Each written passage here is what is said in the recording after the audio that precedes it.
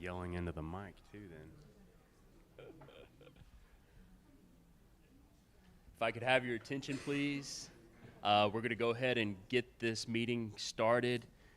So Saturday, April 15th, 2023, the Quapaw Nation Business Committee monthly meeting call to order.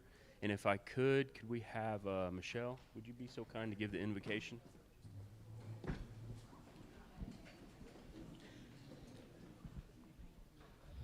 Dear Heavenly Father, we thank you, Lord, for this day, Lord, a beautiful day that you've given us, and we just thank you, Lord, that we can come together as our Quapaw people, Lord, and to take care of business. And we just ask, Lord, that you would be with those, Lord, that are not able to be here for whatever reason, Lord. We know there's a lot of people hurting and struggling, Lord, in different ways, and we just ask that you'll show your presence to them and just wrap your arms around them and show them your love. And just, Lord, we just ask that you'll come today, Lord, and be right here in the presence of this meeting, Lord, and guide and direct each one of us, and not only our discussion, but our decisions. And we just, again, thank you, Lord, that we come together.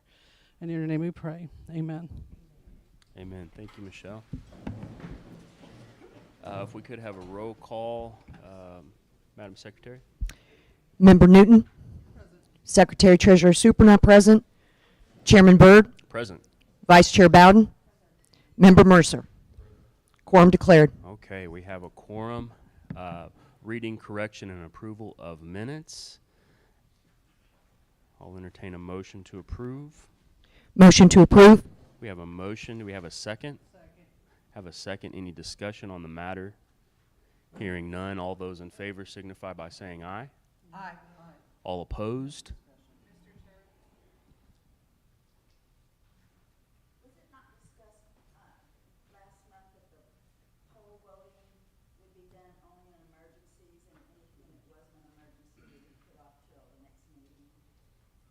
So,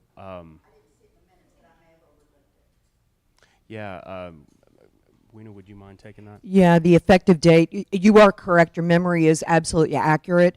The effective date of that was the basically the end of March. So what we're doing is flushing through all the backlog of phone polls and then emergencies thereafter. So carrying on with the vote, all in favor signify by saying aye. Aye. All opposed? Any abstention? Motion carries and the phone polls are approved. Or excuse me, the minutes are approved. Next up, item 5, reading, correction, and approval of e-phone polls. Okay, the first one is a phone poll 10224. It's a mutual non-disclosure agreement between the Choctaw Nation, TIPO, the Tribal Historic Preservation Office, and the Quapaw Nation's Tribal Historic Preservation Office. They have established a laserfish setup that they're willing to share with our TIPO office, so they can help use it to build ours, and they just want a non-disclosure before doing so, and that passed by majority. The second one is poll 115888. It's amended resolution with the Realty Office. This is just a brief explanation. The attorneys, a member had contacted, would not read the abstracts on to give an opinion of the title for this individual. So the business committee approved the Realty Office to review the title and move forward with the acquisition if it could be determined. And after the realtor staff reviewed the interest owned by the member, there were 2 undivided interest amounts removed from the original inventory proposed. And this decision was approved by unanimous. The next one, poll 11632, it's a purchase request from the CCDF. It's a van. It's a 2023 Chrysler Pacifica paid out of the CCDF grant funds for the purpose of monitoring child care facilities twice a year in our CCDF service area, which is about a 100-mile radius from the tribe. This will also benefit the CCDF program when they have an event that requires them to have more than one vehicle that they need. Right now, they don't really have one free when someone goes on a trip, and they need one to have, so it's a spare van for when they're on business travel and must park the van at the airport for many days. And this passed by majority. The next one, poll 11633, it's a purchase request for 4 QSA Mack trucks. Resolution for 2023 Mack GR64BR dump trucks with a guaranteed trade for 2 years after purchase. And these trucks are to add to the QSA vehicle fleet in preparation for the upcoming increase in chat removal across 6 remediation projects. The newest project has federal funding over the next 5 years. The decision was approved by unanimous. Poll 11666 is agricultural lease renewal resolution, and this resolution is needed to renew the agricultural lease on property where the nation owns undivided interest. And this also passed, it was approved by majority. The next one is a Miami Youth Soccer Team donation. They were requesting $500 to help pay for uniforms and other items that are needed by the team. The tribe emblem will be placed on the uniforms. And this was approved by majority. And the next one was a phone poll for Mike Mize Art. Let's see. It was a poll sent by Barry Linduff in regards to putting together a license for a tribal member, Mike Mize's art, along with Mr. Mize's daughter's approval. There are large and individual smaller pieces, and these are some really nice art pieces that could be incorporated into some of the upcoming events. License would include right to use image, put image on merchandise, and would be in lieu of individual royalties needing to be paid per item. And this was approved by majority. The next one is 11736. It's a donation request to Educational Business Professionals of America competition by Melissa Herrera, asking for a $500 donation towards her educational competition for business professionals of America in California. She'll be competing at a national level in digital game design, and this was approved by majority. The next one, poll 11744. Indiana University Museum, usage of Quapaw seal image.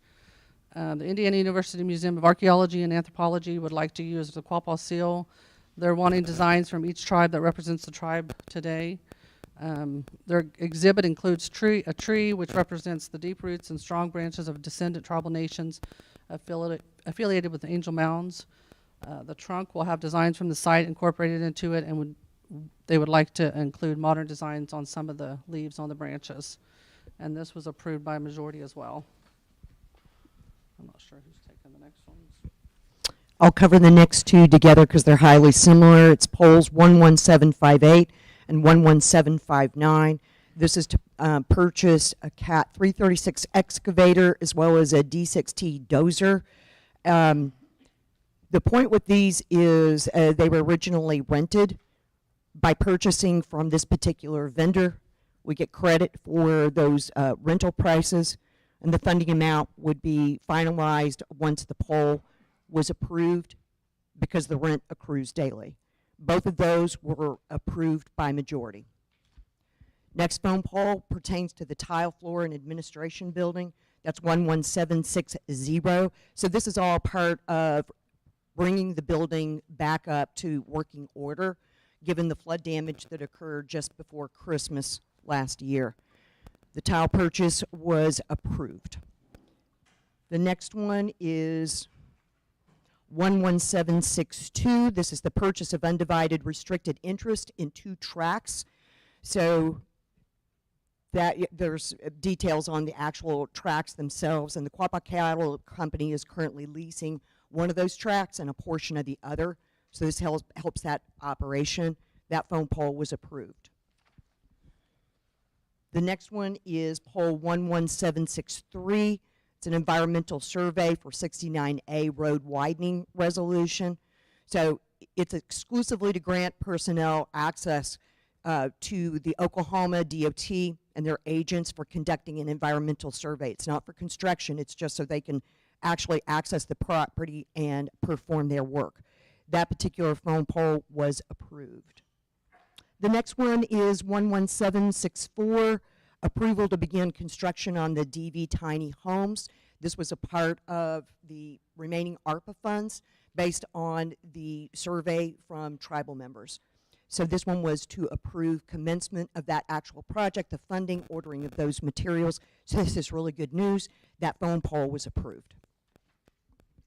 The next one is a beneficiary inquiry.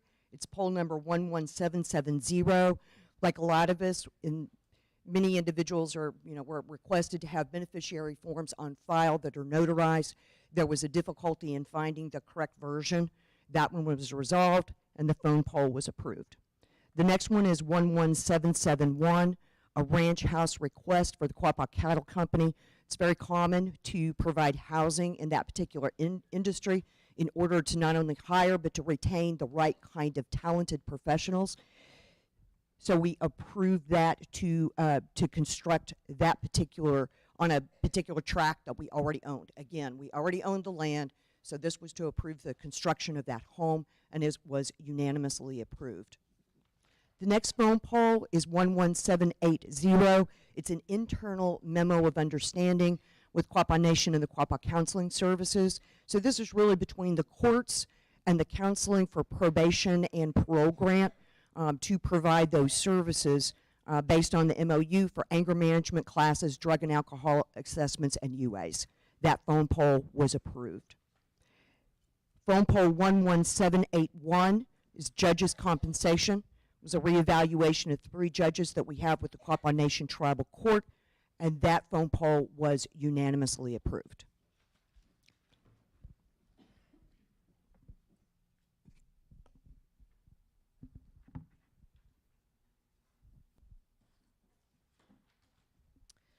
The next phone poll that we have is poll 11787.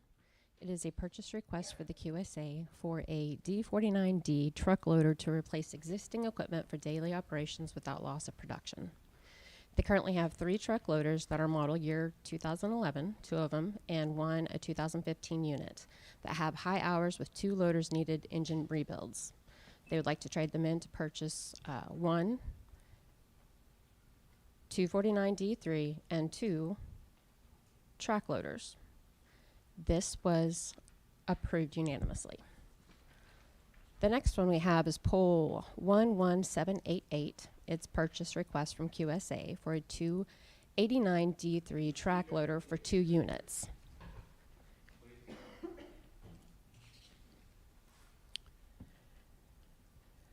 That poll was approved unanimously. The next phone poll is poll number 11789. It is a purchase request from the marshals for narcotic analyzers for 6 units. These handheld narcotic analyzers will help officers identify substances without removing them from the bag or the container. This will limit exposure to unknown substances, increasing safety while positively identifying narcotics. That was listed as a part of the 2022 COPS grant, and that was approved unanimously. The next one we have up is poll number 11790. It is a concrete pad for wash and pack house for the food sovereignty program. It was approved by 3 with 2 abstentions. The next phone poll that we have is phone poll 11791 for the Welch property renovation.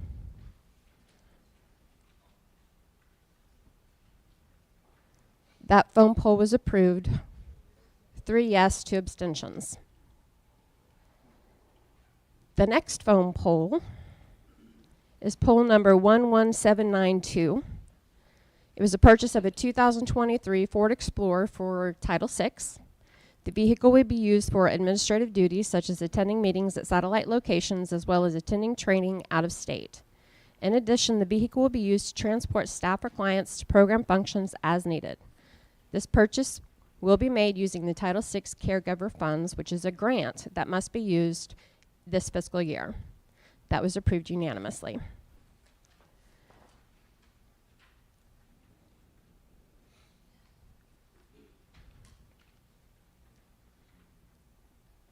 The next phone poll is 11793. It is for a farmer's market building erection. Installation and erection of a 64 by 90 foot metal building approved for production via foam pole in December. As described in the previous purchase request, the building will serve as a wash and pack house along with other functions for the Quapaw Nation's farmer market. Although they were not the cheapest, Whiskey Creek Welding was selected as the contractor.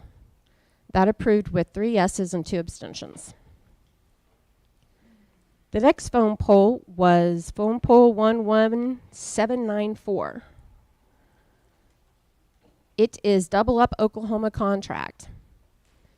This foam pole was authorizing Michelle Bowden to sign the Double Up Oklahoma contract. We already have the W-9 and we do not need an invoice since we didn't ask for funding up front. This program is a supplement to the SNAP, which allows for guests who receive SNAP benefits to receive up to so many products that are eligible for the Double Up Oklahoma incentive redemption, including fresh fruits and vegetables, frozen, dried, and canned fruits, and vegetables without additives, including sugar, sodium, and fat. Plants and seeds that produce food, cut herbs, and mushrooms. Nuts are not eligible. The Quapaw Farmers Market already accepts SNAP, and this is a great incentive for those customers. This was approved with 4 yes and 1 abstention. The next one is foam pole 11795. It is for the Claremore Indian Hospital renovation. A resolution was required to allow the Claremore Indian Hospital X-ray room to receive a renovation project, construction project agreement, which was required by IHS to have tribal resolution from each tribe within the service unit benefiting from this project, indicating the support for one of the tribes to assume this project. And that was approved unanimously. The next foam pole is 11797. It is for the OLC playground updating and resurfacing. The OLC playground has been previously approved to be resurfaced and updated using the CCDF grant funds. The contractor involved has been negligent in deliverables. We engaged in legal counsel and we're in the process, or have actually already terminated the agreement with them to demand a refund. They would like to use the sole source procurement issuing change order to Branco to construct the playground and side by side with the splash pad. And this was approved unanimously. The next one we have is poll 11817. It is, we'll go with that. I skipped the first one. It's an authorization to sign gaming license, and it allows WENA to be signee on those. The next one is 11805, and it was to approve funds for the Easter egg hunt, and it was approved unanimous. The next poll is 11857, and it's a purchase request for the OLC security cameras. The camera system to replace the current one because it relies on components that have been blacklisted by the United States government due to known security exploits to ensure the safety and security of our children, staff, and facilities. And it was approved by majority. The next one is a 11859. It is a purchase request, environmental, and it is a soil analyzer. It's a handheld XRF analyzer for field detection of cadmium, lead, and other materials during soil testing required by EPA. And it was approved by majority. The next poll is 11870, Metrolink monitoring agreement. And St. Louis has a public transportation called Metrolink, managed by State Development and St. Clair Transport District.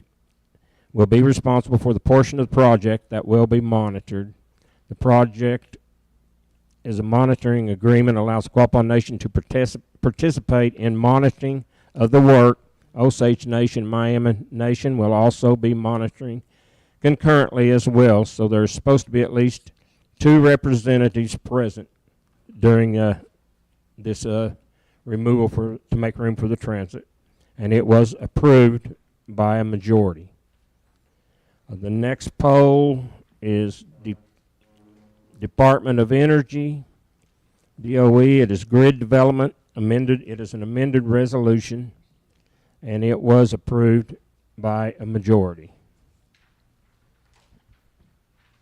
The next was a donation request for the Quapaw Middle School Band, and they were asking for $500 to help with the cost of replacing band uniforms that haven't been replaced since 1998, and it was approved by majority. The next one is an amended juror code by courts, and it was approved by majority. The next the poll was 13994, Quapaw Nation Attorney Contract Execution. And this would be granting WENA to the authority to execute the contract. It was approved by 3, 1 reject, 1 absent. And that ends the phone polls.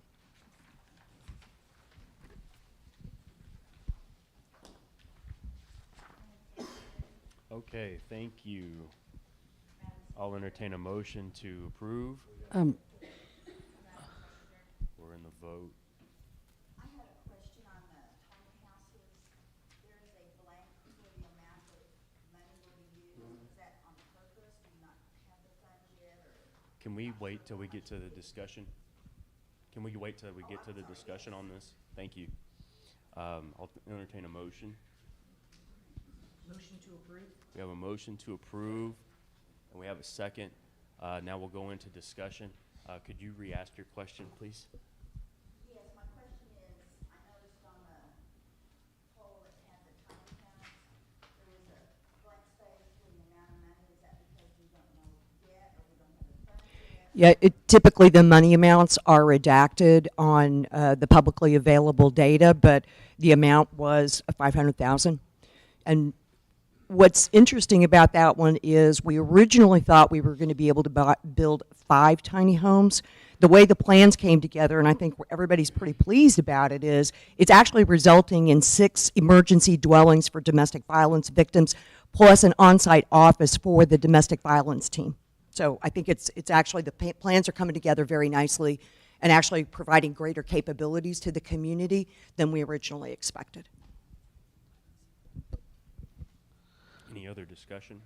I also would like to add on the phone poll 11805 on the Easter egg hunt. The phone poll passed, but the BC was able to find significant savings with the food area. So the updated amount is a big difference from what was proposed versus what was spent. So just want to give you an update on that. Okay. Any other discussion? And my last question is, were the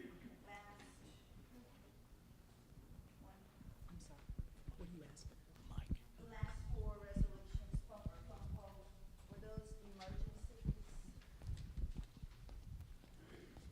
They were done in April.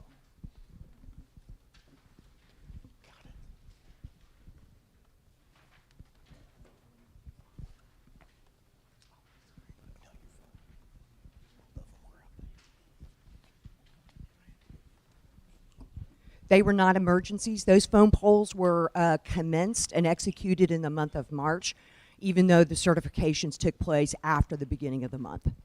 Okay. So it's just a little bit of it's the processing window that it takes.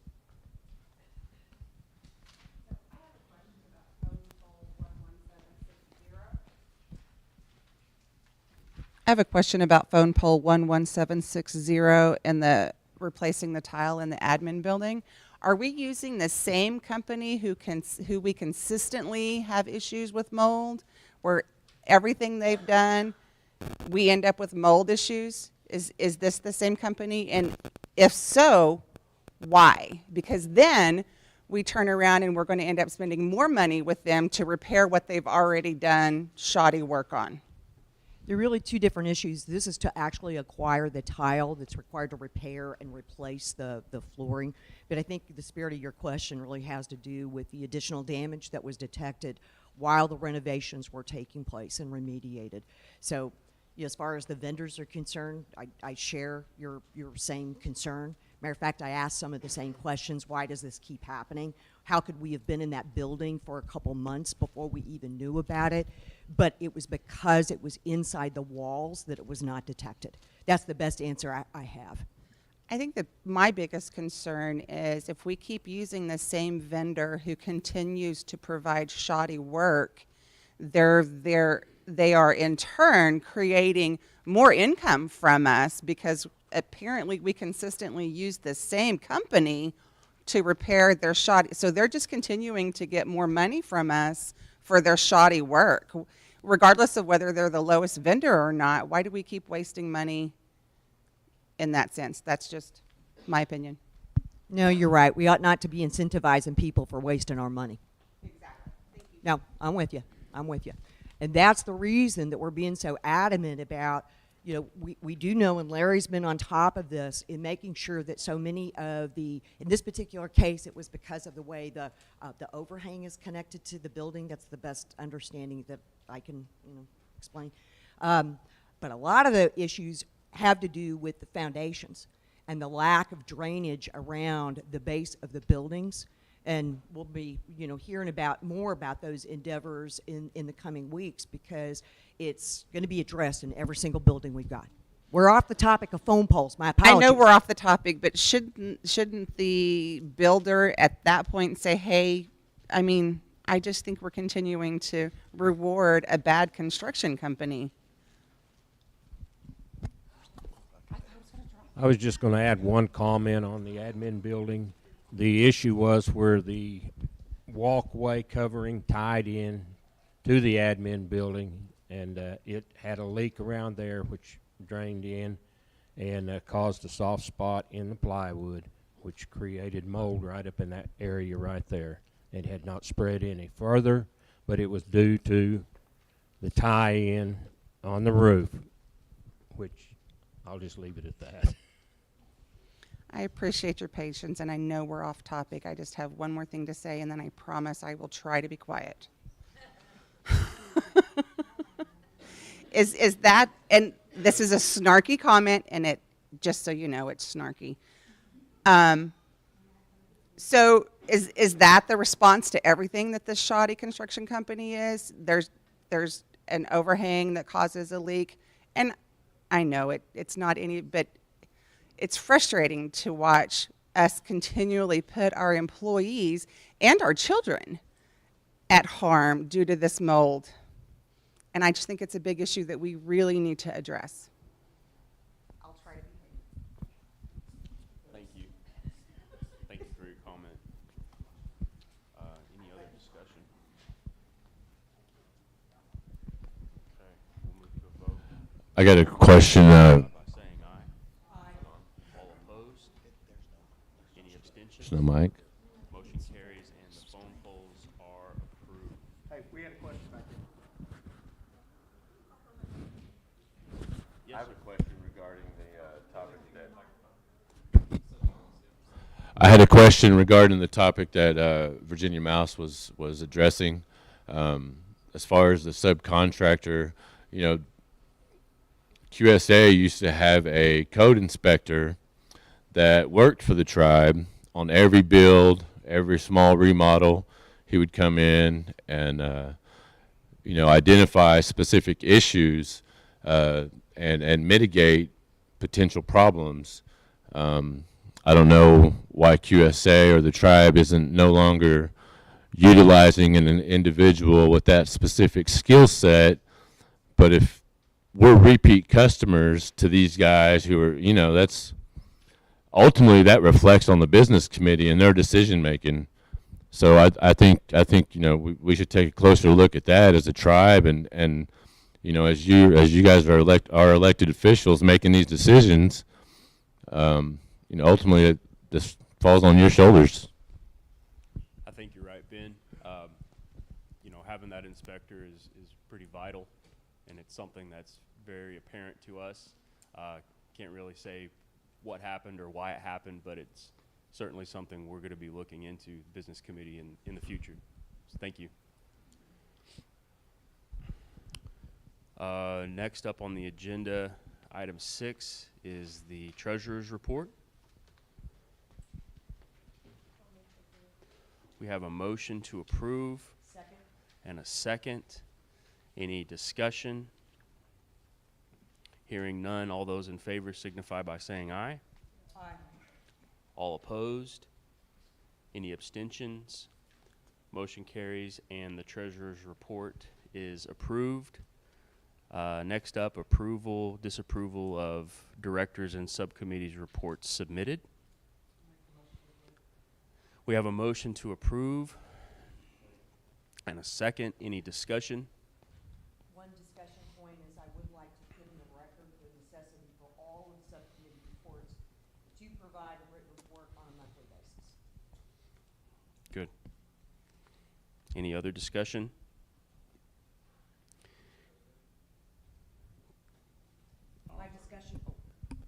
My discussion topic was requesting that all of the subcommittees submit a written report every month. In some cases, we get reports every other month. In some cases, once a quarter. But we do need to see the state of progress, you know, to the extent that it can be disclosed, that, you know, to ensure that the subcommittee is performing the work expected. Thank you. Hearing no other discussion, all those in favor signify by saying aye. Aye. All opposed? Any abstentions? Motion carries and the directors and subcommittees reports submitted are approved. Dropping down to the next item on the agenda is the chairman's report. I first want to say that the polls are open next door, so don't forget to vote. And I want to say that the Easter egg hunt that was hosted last weekend was a really great success. I want to say thank you to Virginia Mouse and your Abigail and Beth and everybody else that helped out to make that go. There were numerous volunteers. There were our own employees, and everybody pitched in the community, and it looked like a really great event. So I want to say thank you for your efforts in making that a success for the community and for our youth. The Saracen Casino team was granted the opportunity by the National Indian Gaming Association to have a panel discussion on tribally owned commercial casino properties a couple of weeks ago in San Diego at the national conference. And part of that discussion not only highlighted the achievements that have been made by Saracen and in Arkansas, but really kind of an acknowledgement to the Quapaw to be able to reclaim some of our ancestral homelands and to be an economic driver for the state of Arkansas, but then also all of the benefits that are realized by the tribe. So it was a really great opportunity to showcase some of the good things that are happening with our Saracen property, and I want to thank the executive leadership from there, and then the business committee members that also came out to support that. It was really great. Last week, the BC, well, let me back up. Last week, there were members of our congressional delegation from Oklahoma that made visits to Quapaw and to Miami area, and the business committee greeted them and engaged with them. Senator Mark Wayne Mullen's office, Senator Langford, Congressman Josh Burkeen, and then other representatives from their respected staff came, had a really great dialogue and discussion. Obviously, the bear bill was highly discussed, but also the Indian Farm and Ag bill, which ties into our food sovereignty, was also an item for discussion, and it was a really great opportunity to advocate and garner support from our congressional delegation while they came to visit. And then also, simultaneously, while that was happening, last week, the Quapaw Nation was invited to participate in a consultation from the Muséum de Caille Branly in Paris, France. And Quapaw sent a delegation to the Branly to engage and to participate in this consultation. The Branly aims to work with tribal partners in the hopes of developing an exhibit that would be featured at the facility in France as well as in the United States. The museum would like to highlight the painted robes, historic maps, and possibly historic treaties that are currently in their collections from the French colonial era, and would include interpretation developed from in-depth research, consultation, and collaboration with tribal partners. This exhibit aims to correlate within the 1725 visit from several tribal nations to France to highlight the history and information contained in these collections and to develop new partnerships for potential future opportunities. During that time, the delegation was able to meet with staff and partners who will be involved in the research and the development of this proposed exhibit. The delegation was able to view and consult over painted hides from the Branly collection as well as from others. A highlight of this was the inclusion of a robe which has not been previously, the highlight from this was the inclusion of a robe which has not been seen previously, which is also believed to be of Quapaw origin. The delegation traveled to Versailles, which was the site of the 1725 visit from various tribal delegations, which also houses historical records from the French colonial era. The visit with the Historic Service of the Army, the National Library, and the National Archive, which all house respective historic maps and records from the French colonial era. The delegation was also requested the partners to research the existence of French treaties with tribal nations. And a discussion of a tactile exhibit was also held, which is it's basically a proposed effort from the partners in France to develop tools to include exhibits that would enable individuals who are seeing impaired to be able to learn from these exhibits. And it would be developed in collaboration with tribal partners. They intend to include the Quapaw Three Villages robe in this effort and plan to eventually provide a copy of this work for Quapaw to retain for our community as well. In summary, this was a historic trip, not just because Quapaw delegation made the trip to Paris to engage with potential partners, but it was also historic because we were one of only 3 other tribal nations represented at that table. And it's historic because Quapaw now has a seat at that table, which will allow us to bring our painted hides back home. So I want to say thank you to Everett and Carrie for making that trip what it was, and all of the good information that we're going to be able to bring back and provide as a resource and a learning tool for our people for years to come. And let's see.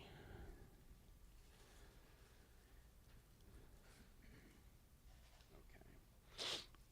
So this week I received notification that a recall petition had met the required amount of signatures necessary to call a special election for the position of chairman,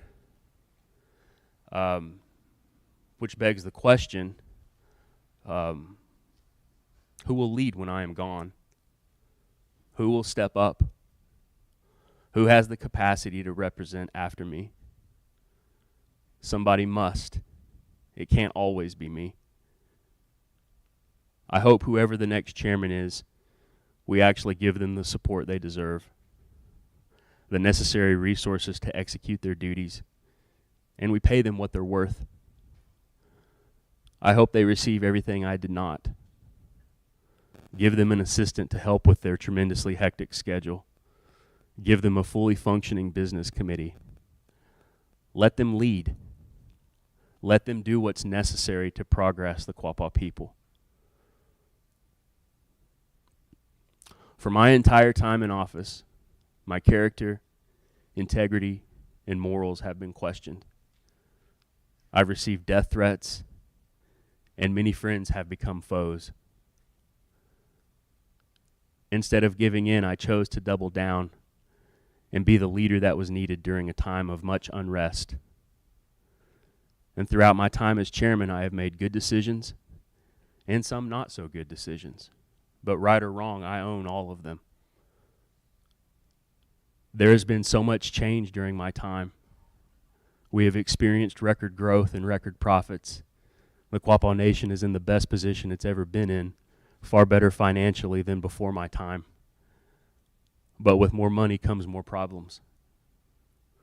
And while we continue fighting amongst ourselves internally, we are constantly faced with external challenges. I've been able to represent Quapaw at the local and state levels, had the honor to represent at the highest levels of the federal government, and even in the international arena, all while we continue to be our own worst enemies. As Indian people, we carry an inherent trauma from generations long ago, and that doesn't change in a day or even an elected term. We continue to struggle with this, and I was a fool to think my actions alone could change it. As a consequence of this trauma, a small fraction of our tribe have made poor decisions of their own, and in time they will also have to own it. The reality is that I can no longer do what is necessary because it requires me to stay on the warpath. And even though it's something I am good at, it's a path I am unwilling to continue down, especially while I help my partner raise our 2 daughters. So, effective today, I'm resigning as your chairman. To the majority of the tribe that still supports me, thank you for believing in me and my abilities to bring about the necessary change for our nation. Thank you to our employees who are truly the backbone of our nation. Thanks to the many friends I've made along the way. And for our Dina, Hakili, and Raquel, I say Daddy loves you and he's coming home. Gonna gay.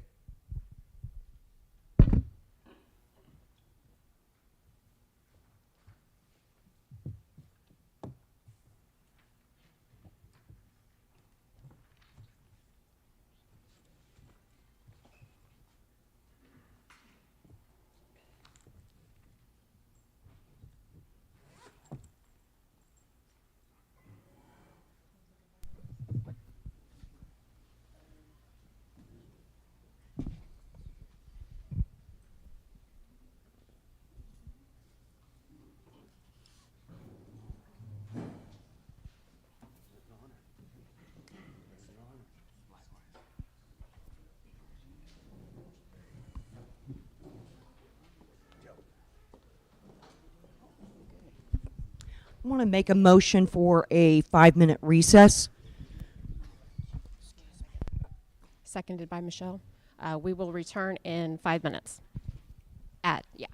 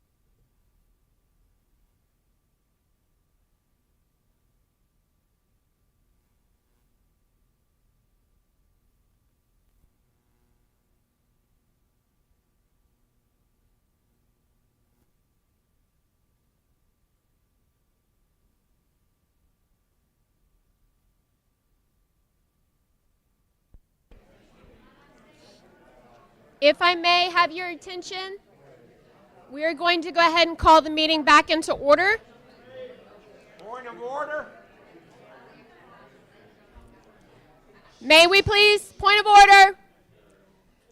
We are going to go ahead and call this meeting back into order. The next item on the agenda is the accounting report from Eric Boone, our Chief Financial Officer. Good morning, everyone. Eric Boone, Chief Financial Officer. The end of March we are halfway through our fiscal year already. In March, the general fund received $3.9 million in revenue, bringing our total for the year to $14.1 million. Actual expenses in March were $2.5 million, bringing our total for the year to $14.8 million. Tribal member health benefits in March, we spent $555,000, bringing our total for the year to $2.6 million.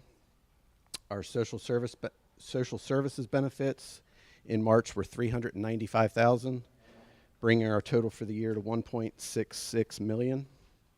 And education benefits in March were $43,000, bringing our total for the year to $597,000. Also in March, we received from our tribal enterprises $1 million, bringing our total for the year to $1.7 million. Does anybody have any questions on the numbers part? I'm going to give you a quick update on some of the other departments that I oversee. Number one, obviously, is our accounting department. We are currently 2 weeks into our 2023 ARPA application cycle. We have received right at 3,000 applications so far. That's about 90% of what I anticipate receiving based on our historical information that we have from previous applications. We have processed 2,433 checks, totaling $4.5 million so far. So I think we're about 45% of the way through what I anticipate us processing through the first 2 weeks. So hopefully, if you submitted your application in that first week, there was a lot of applications. So just be patient. We are working through them as quickly as we can. We want to be done as quickly as you guys want to receive them. I can tell you that. So our CCDF program, this week, actually, they're putting together what they're calling Week of the Young Child events. So I'm going to give you some dates here. On the 17th and 18th of April, there is an event at the Coleman Theater, Buckets and Boards. It's a comedy percussion show for elementary kids in the area. On Thursday, the 20th, there's an event at the Civic Center. It's a fun fest for child care facility children. It includes inflatables, face painting, balloon animals, and characters in costume. On Friday, the 21st, is that right? Yeah, that's right. There's an event at the NEO Equine Center. There's going to be a petting zoo, camel rides, trout ponds for child care facility children. And then on the 28th and 29th, they're having a conference, Re-Energize and Revive for child care providers, that's being held at Riverbend Casino in Wyandotte. Our grants department, real quick, so far this fiscal year, we've been awarded 13 grants, about $3 million in funding. We have 6 grant applications pending that have been submitted and are pending, totaling about $6 million. And they are continuing to work with our, directors and now executive directors to continue to look for opportunities, for funding to support our programs in any way they can. Our IT department, they are getting ready to deploy a new phone system, and they're doing some training with that. They're working on, the the wiring for the administration building with the renovation. They've completed that, and they're working on the new Wyandotte Fire Station, getting the wiring done for that. Additionally, they're installing some new security cameras, and they were a huge part in getting this electronic application for our ARPA relief payments set so that it makes it easier for you guys to just fill out the application online and get it submitted quickly. And it reduces our paper usage a ton. Our procurement department is in process of revising our procurement policy. As you guys know, and it's been announced, we've kind of restructured the organization. We've got some new executive directors in place. And with that, we need to update our policies to reflect those changes. So we're working on that. Our tax commission, so far through the first 6 months, we've collected $771,000. That is tracking as expected there, and that includes the sales taxes that we have, the liquor and beer tax, the hotel tax, all those items that we have in our tax code. Did I miss anything? I believe that's it. Does anybody have any questions on the departmental stuff? All right. Thank you. Thank you, Eric, for that report. This. What? Can you speak into the microphone, please? I'll repeat it.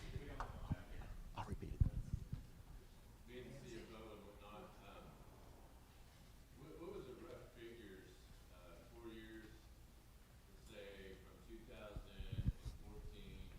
to 2018, just a ballpark figure of revenue that USA produced as opposed to the last 2-3 years? You're challenging me, Ben. So the question was, what was the revenue produced by QSA from 2014 to roughly 2018 versus 19 to current? Is that what you're saying? So our annual revenue, and again, this is off the top of my head. Our annual revenue, I would say for QSA in 14, that was, as it was ramping up, you're probably looking at $8 to $9 million a year. Through 2018 was probably $13 to $14 million a year. Currently, that continues to increase with the additional cleanup projects that they're working on with the EPA. Last year it was 14, almost 15 million, and this year we're anticipating 17 million is what we're shooting for with the projects that we've got open. So, does that help? So the first two figures you gave me, was that the 2014 to 2018, was that per year? That's correct. Okay, so there's a significant difference in those 4 years to the last 2 years. Was that fair assumption? Yes, we continue to grow. We continue to expand. As new cleanup projects come up, we're adding equipment in order to do that work. So, any other questions? Eric, would you mind giving an update on the state of progress with the admin building rehabilitation? James might know more than I do. Right now, here's what I know. I haven't really been involved too much in the last month because of everything leading up to ARPA and the ARPA applications. But from what I know, the tile guys are in there laying tile now. I think they're probably halfway complete on that. Okay, 2/3. And then after that, the finish guys come in and touch up paint, and then I think we're probably looking mid-May. Okay. I hate to throw out dates because every time we throw out a date, something happens. So, anything else? Thank you very much, Eric. All right, thank you. Next up on the agenda, we have subcommittee reports. Do we have any subcommittees who are here to speak today?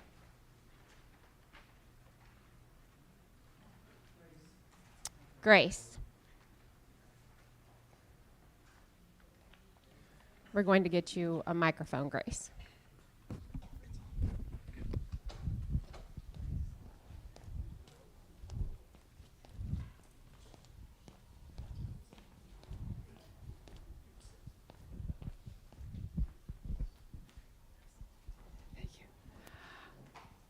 My name is Grace, and the Elders Committee did meet this last week, and we discussed many items. But to bring to your attention today, we now have dates for our next trip. May 17 and 18. Those dates are Wednesday and Thursday. And particularly for those people who did not get to go last trip, we're on the waiting list. Be sure you get your applications in. The information will be coming out. But it's going to be pretty much a repeat of what we did the last time. Going to Pawhuska, Osage Country, perhaps the Willow Rock, but definitely they'll be going down to the First Americans Museum. So again, the dates on our next trip, May 17 and 18. Also, the elders have been invited to be part of Camp Quapaw coming up in June. And so for all of the elders, if you're interested in being part of it, let us know, let me know, or Bill Daughtery or Bill Griffin, different ones on the committee, let us know if you would like to join in on that. So Camp Quapaw coming up in June. And the other thing that I passed on to the group, and perhaps many of you know, in the area of health, Kyle, who has been our paramedic for some time, he is moving on. His last day will be April 21st.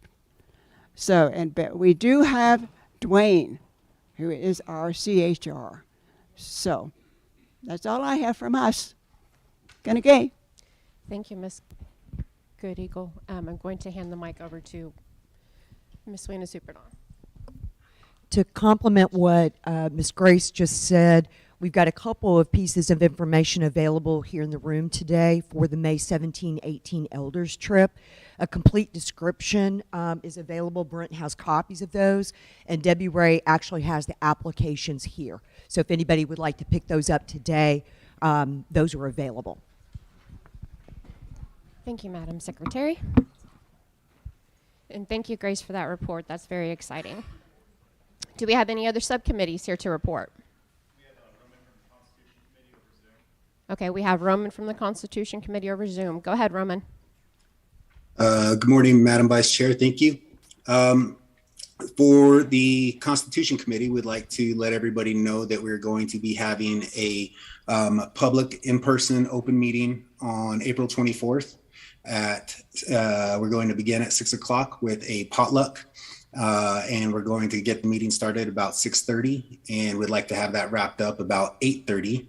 And we'll have an agenda posted as soon as we nail down our location. We are tentatively looking for the use of the gymnasium. So we'll have that ironed out by Monday or Tuesday, and we will let everybody know at that time through social media post and post on the website as well. So we can expect that. Also, the Constitution Committee has identified some funding that might help us and our nation to really expedite and get our nation involved more with this process. I've submitted a budget to the grants department as well as to, and it's my understanding that they've shared that with the business committee. So the Constitution Committee would like to meet with the business committee sometime in the next week or to discuss and identify some of the issues with that. In itemizing what we have already submitted, I've already significantly reduced the amount that we expected. But some items that are included in this proposal or this budget includes a lot of seminar opportunity for our tribal citizens to be able to engage in as far as constitution reform, constitution production, when we're looking at Robert's Rules of Order and making some changes to how we're governed. It's nice to have a good foundation and education around what we're really trying to change. So that's going to be the primary goal with some of these upcoming meetings. And with this funding, we'd also like to start doing it on a monthly basis. Right now, we've already proposed doing it semi-monthly and even in some regards every 3 months. But if we could do this more frequently, that would be wonderful. And this funding that we believe we've identified gives a lot of leniency for that. So we just wanted to get that on the table also.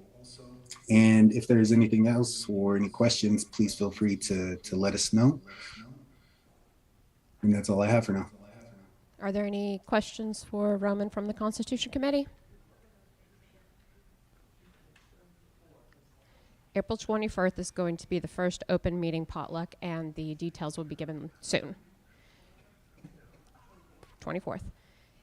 Thank you, Roman, for that report. It's very exciting. I was ecstatic that you had found that grant, and I hope it all smooths out, and we will get a meeting with you set up very soon. Thank you. Thank you. Are there any more subcommittees to report?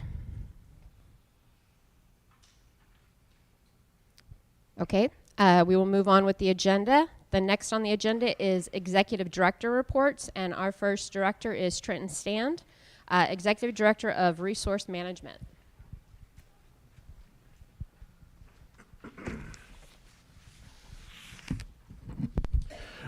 Good morning, everybody.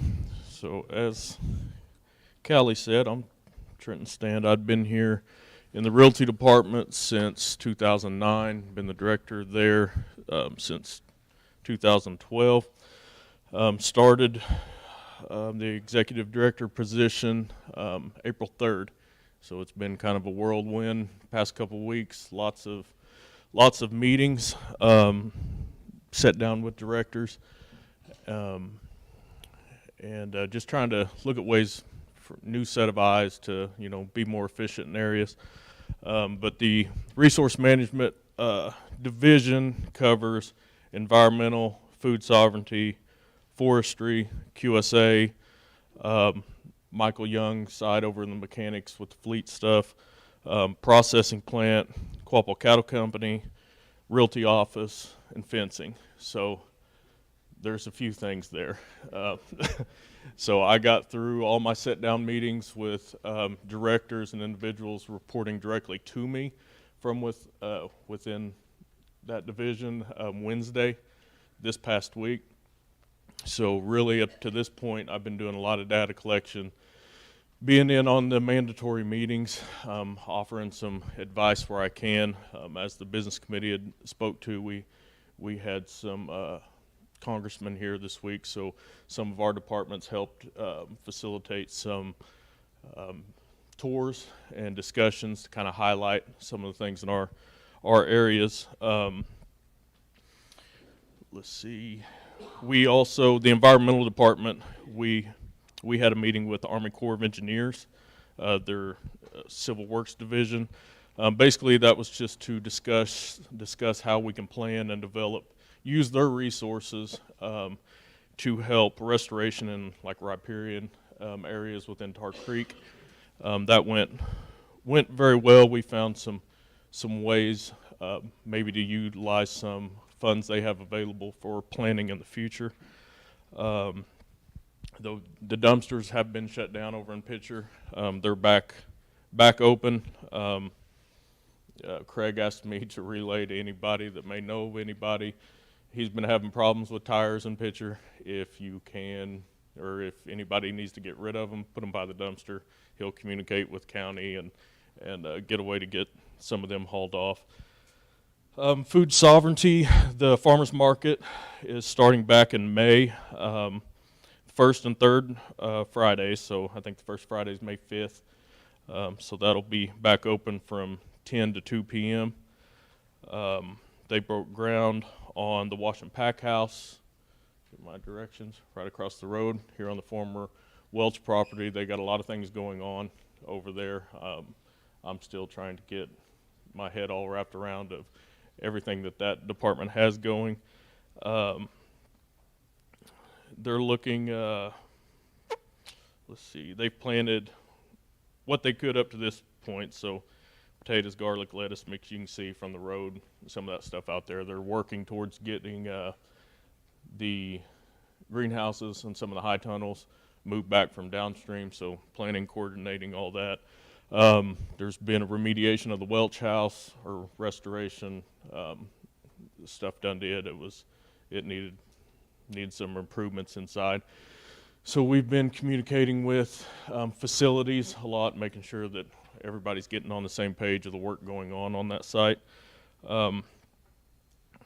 Forestry, they've been working on some individual projects for people that's had issues with trees, so they're trying to get caught up on people that's been waiting for their services a little bit on that. We've been working on a site out east of town on a fence line. We split some of the work with the adjacent landowner. So he provided the labor and material to replace a fence on our common boundary. We did the work to clean the fence row, and so they've wrapped that up. We're getting close to wrapping that up. QSA hit just last week, they hit 6 million ton mile marker on material that's been moved from or removed from the site since they started working.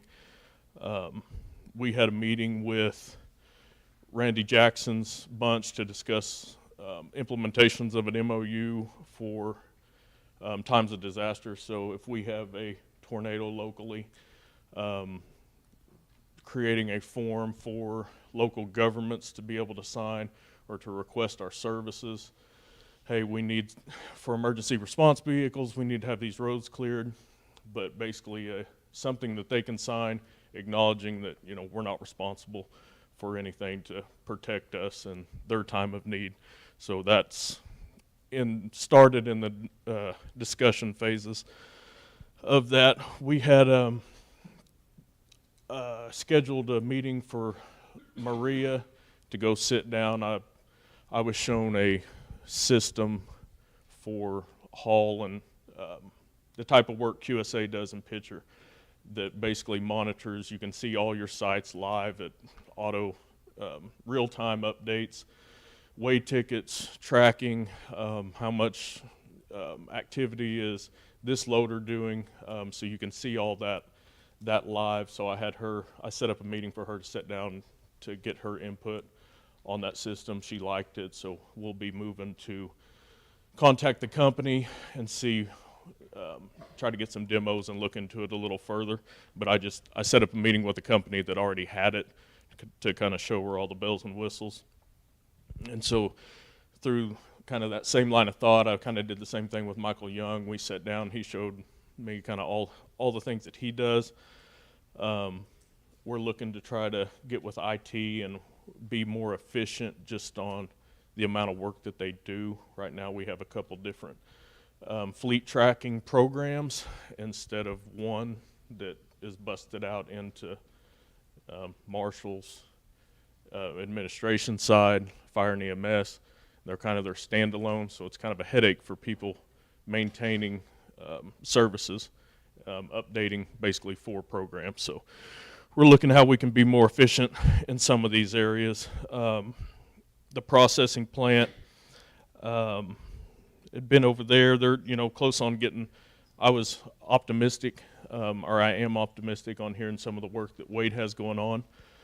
There's a couple contracts that are near, close to being signed with a couple buffalo operations and cattle as well.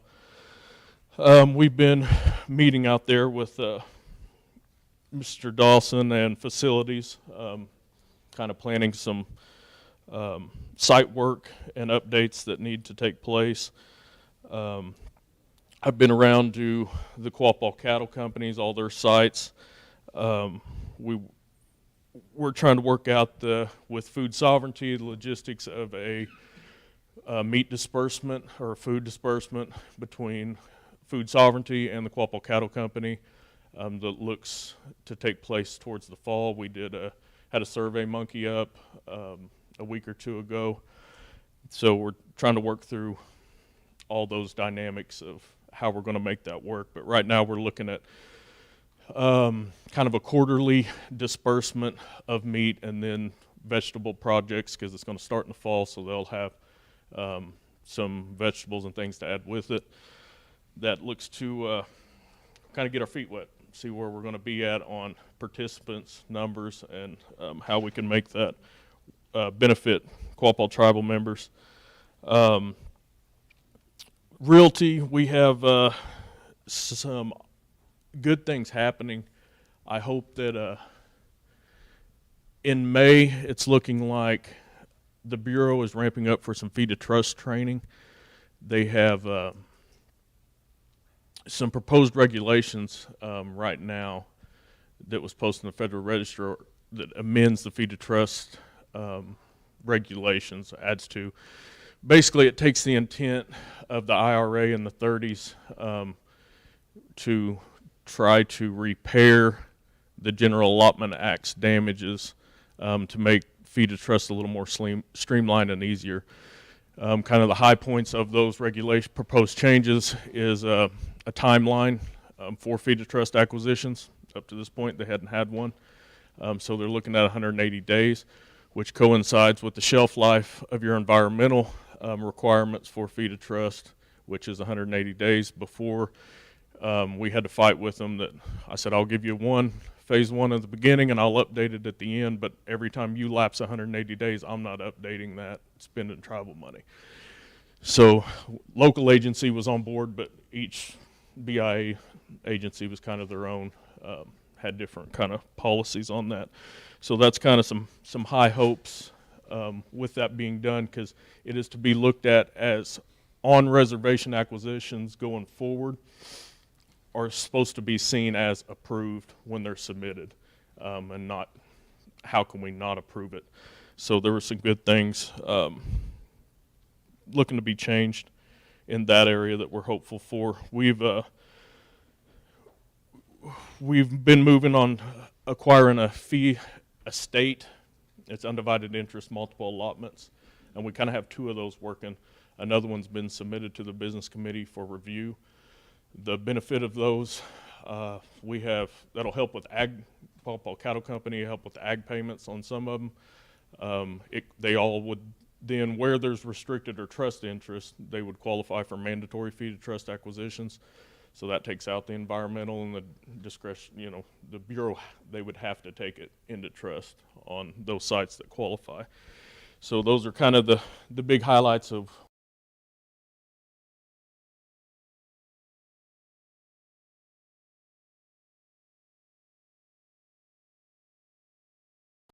on the leasing side. So she's taken off, hitting the ground running this past week. With all that being said, we meet at this setting, once a month, but business occurs between now and the next meeting. So I've sat down with IT and we've created, I haven't got anything for our website or anything yet, because we just did it yesterday, but we created a mailbox, a shared mailbox for me that's resource management. Just due to the large amount of emails that I get, I want anybody to communicate with me if you have any questions in between the meetings, so we can address them at any time you have the issues and not just wait for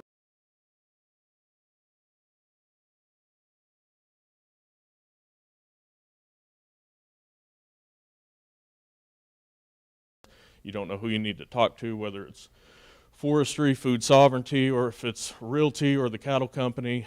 You can send an email in. It'll come to me. I can kick it to the right person. so then we can get you guys the answers and just try to be more efficient on responses to anything that may fall under resource management. So that's, try to be as short as I can. That's all I got. So any questions? All right. Thank you very much. Thank you, Trenton, very much, and thank you for stepping up to the plate. We have the most confidence that you and your department will do well, so thank you. Thank you. I appreciate it. The next executive director is Steve Stand, who is the executive director of Tribal Services. Good morning. How's everybody? I want to start off first by saying on behalf of the election committee, in accordance with their timeline, the recall election will be held on July the 8th, 2023. The filing period will open on Monday, April 17th, and will close on Monday, May 15th. The next in line is our Family Services Department. They stay really busy. Excellent group. The Native Connections Youth Program with Heather Dismuke. They will be having a Cultural is Prevention powwow on May 19th at the Quapaw Nation Gym. Dinner will be at 5 and grand entry at 6. The Camp Quapaw applications will be available at the end of April.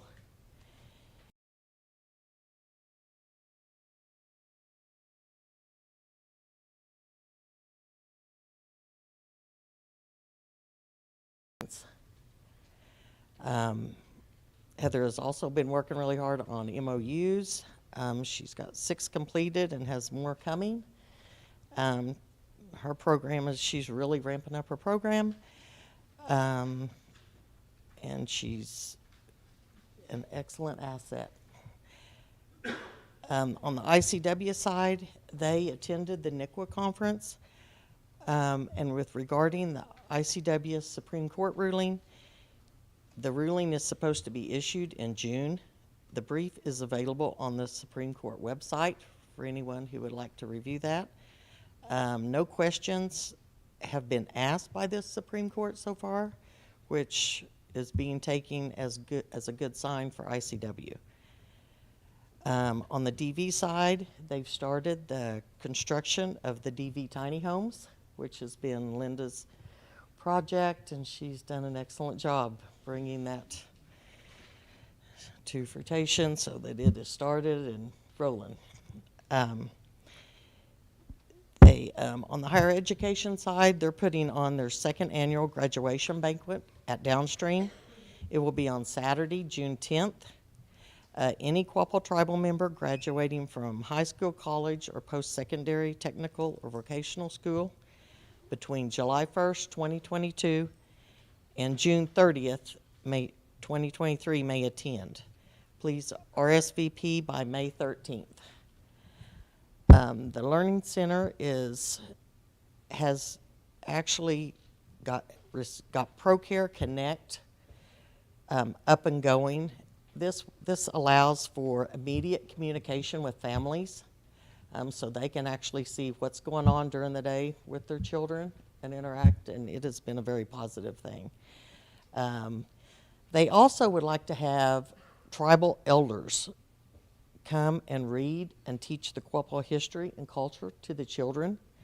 If anyone is interested, please contact Ashley McLeod, and that'll be and contact her at 918-238-3153 if anyone's interested. I have been meeting with the directors of Tribal Member Services, and they are working on areas where we can be more efficient, improve programs, possibly add programs, and improve communication and respond more effectively. Several tribal member departments are involved in a holistic defense pilot program with our court system. This pilot program involves healing individuals from within that are involved in the court system and could possibly help them from reoffending. We are also working with the grants program on a homeless housing grant. And we're hoping to get that coming up. We're really excited about that. I'm working with the communications team, and they're awesome. Our tribal member services now has an email address, and it's tribal.services@quapawnation.com. So if you have any questions, concerns, comments, feel free to email any of those, and we can get your issues, try to get them resolved as quickly as possible. And we want your input. Also coming soon is going to be a survey that will be able to be accessed online on the website. And because we want to hear from you all, and we're working on coming up with new ideas and how to improve things for tribal members. So we want to hear from you all. And please contact through email, phone, contact me anytime. So, and the remaining departments we have is the Fitness Center, Title VI, Enrollment, Social Services. They're all working hard, and we're just trying to come up with ways to improve and help areas involved with tribal members. If that's about it, if you have any questions. Wow. Thank you, Steva, This is for quiet that. today. Thank you. Yeah, it sounds like we have a lot of Contact anytime. sounds like we have a lot of beneficial and entertaining, educating events that are coming up, and we'll ensure that those are put on the website as well as the emails that both executive directors put out there for a group email. So you all will have that soon. Yes, 'cause there's a lot coming up, especially with our Native Connections youth program and stuff. So that will be on the website. We try to keep communications, does an excellent job posting on the Quapaw Post website, social media. So. And before we move on, we have one more executive director that we recently hired, James Dawson. You don't have to speak, but if you'll just let everybody know that you're here in the room. He came on, and he's diving in head first and making a lot of improvements, and welcome to the team. We'll hear from you soon. Thank you. Next on the agenda is new business. Let's go from Michelle to Larry in reading the next three resolutions. The first one is resolution number 041523-A. This resolution proposes to extend the integrated resource engagement at Quapaw Nation for an additional 12 months until April 2024 at a reduced ADR per month IR resource using the remaining funds from the CARES Act funding. The aim is to continue implementing laserfish processes and other business processes to enhance member services, improve financial management, and ensure the long-term sustainability of the project. The current IR engagement is scheduled to end April 28th of this year, 2023. So the proposal recommends paying for this expense using the remaining CARES Act funding, which can be allocated toward the digital transformation initiative as it aims to enhance member services, improve financial management, and ensure the long-term sustainability of the project. I'll make a motion to approve this resolution 041523-A. We have a motion by Michelle to approve resolution 041523-A and a second by Larry Mercer. Do we have any discussion? Can you explain that again, what that will do? Extend the services on our Laserfish. Laserfish is a system that will scan and take our documents and put it online so it can be in searchable form. So we're basically going from paper form over to electronic form, readily accessible for everybody, but they're having to build the system as we go. And it's been it's had its hiccups, but it's a great success, and it's moving in the right direction. I kind of compare it to what it will resemble, kind of like a Westlaw in law terms, so you can really get on there and search for the nitty-gritty versus the PDF file or format that we have. So that is what this is doing, is it's extending it for another year. And the goal eventually is to make sure that it'll be easier for tribal members to be able to do things online better.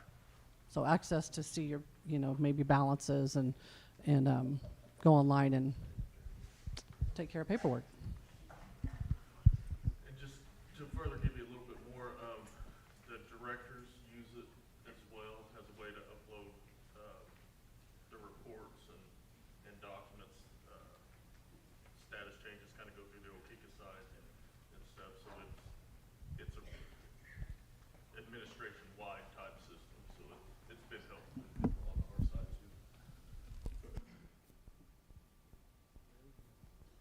Michael Richardson from IT is going to speak on the matter as well.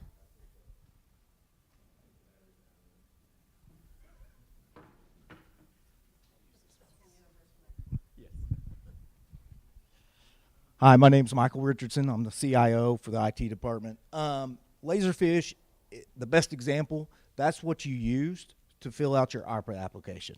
It helps us build forms for tribal members to interact. Our goal is to have a tribal member portal where you guys can go in, apply for social services, upload your electric bills, whatever you upload, and still see your balance on your social services. That's the ultimate goal on it. Now, like Callie said, there has been some hiccups, but they were really unavoidable because of all the special general councils, elections, and all that stuff. It's been a little crazy on that aspect. But ultimately, it's to really transform the Quapaw Nation's government digitally. So if you can't really do it with human capital, you do it with technology.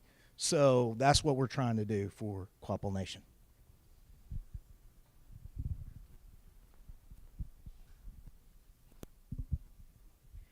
Thank you for that explanation, Michael. Is there any further discussion? So we had a motion by Michelle, a second by Larry, to adopt resolution 041523-A. With no further discussion, I'll call for the question. All those in favor say aye. All those opposed? Any abstentions? Motion passes. The next resolution is 041523B. It's a resolution authorizing, endorsing, and supporting updated bear authorization bill language. Whereas there's much concern regarding some of the language contained in the initial bear authorization bill introduced to the U.S. House of Representatives 117th Congress on July 27, 2021, that became known as H.R. 4715. And whereas the Quapaw Nation Business Committee adopted resolution numbers 082121A and 091821A, resolutions to equally distribute to each enrolled member of the Quapaw Nation as of September 27, 2019, the entire proceedings of $137.5 million from the case of T.C. Bear et al. Claimants versus U.S. Defendant Case Number 1351X, filed in the U.S. Court of Claims, and to establish the Bear Litigation Settlement Fund to ensure equal distributions to all enrolled members of the Quapaw Nation as of September 27, 2019, who are living at the time the settlement funds are received by the Quapaw Nation. And whereas there is a desire to achieve greater consistency between the Quapaw Nation Business Committee resolutions and the reintroduced Bear Authorization Bill language to the U.S. Congress. Be it further resolved that the updated Bear Authorization Bill language will be submitted to key members of the U.S. Congress and their staffs for further consideration. Oh, I missed one. And that be it resolved, the BC of the Quapaw Nation authorizes, endorses, and supports the following updated Bear Authorization Bill language in the best interest of the tribe as a whole. I'll make a motion to adopt. Motion made by Secretary Supernaw, seconded by Member Newton. Do we have any discussion? To further describe the changes, and we talked about this a couple of months ago, it really boils down into 4 specific areas. 1, it removes all references to the word landowner, which updates the short title of the bill.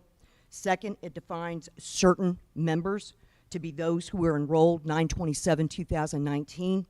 3rd, it specifies the allocation to be both full as well as equal. And last, it clarifies tax treatment so that the proceeds would not be taxable at either the federal or the state level. Yes, Beth.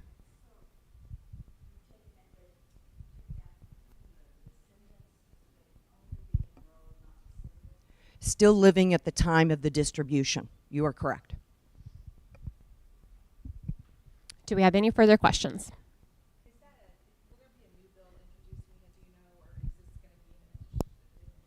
The 4715 basically went fallow. That's the best way I can think about it. So the new bill in this new language it's got to go through the reviews at the congressional level will be introduced in this new congressional session in both the U.S. House of Representatives as well as the Senate.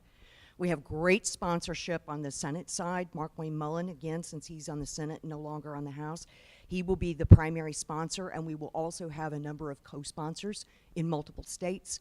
On the House side, we have excellent co-sponsorship. We are still working with our congressional district House member, Josh Burkeen. We really desire his lead sponsorship on the House side. So he is relatively, he's new to Congress. He was just sworn in January. The great news is we've actually met with him twice as well as his staff for half day here in the last couple of weeks. We've got additional sessions scheduled for, early May, very, very late April, early May, when we're back up in D.C. So we're trying to get him familiar not only with the Quapaw up here, the lawsuit, how he can benefit, his entire district benefits, as well as how it benefits the Quapaw people. So it has to be introduced in both. So it'll get a new bill number. Thank you, and I just want to say thank you all for your work on this. I know that this has been very, very a huge task, and it sounds like you have all the bases covered, so thank you. Thank you for that. Do we have any more questions? Thank you, Madam Secretary, for elaborating on that. With no further questions, I'm going to go ahead and call for the question. All those in favor say aye. Aye. All those opposed? Any abstention? Motion carries. The next resolution is Resolution 041523-C. It is approval for the revision to the financial accounting procedures. And it is for our records keeping system for all tribal programs, and they've been revised and amended for the operation and maintenance of tribal administration shall constitute policy until such time as the Nation Business Committee deems it necessary and prudent to modify or change these policies. I recommend we adopt. We have a motion by Member Mercer to adopt resolution number 041523C. Do we have a second? Seconded by Weena Supernaw. Do we have any discussion?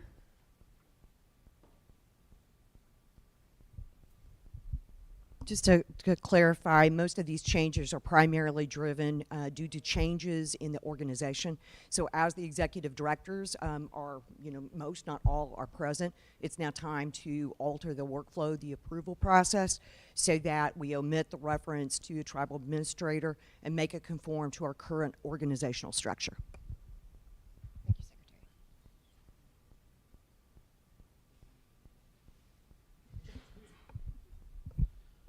I just want to make sure that the correction of the spelling of keeping is spelled incorrect, just to make sure that we have that correct.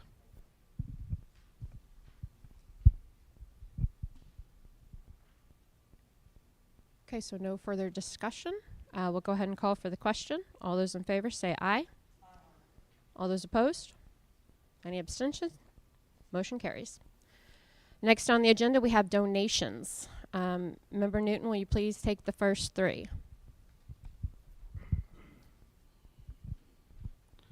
Okay, the first one is from the Boys and Girls Club of Ottawa County.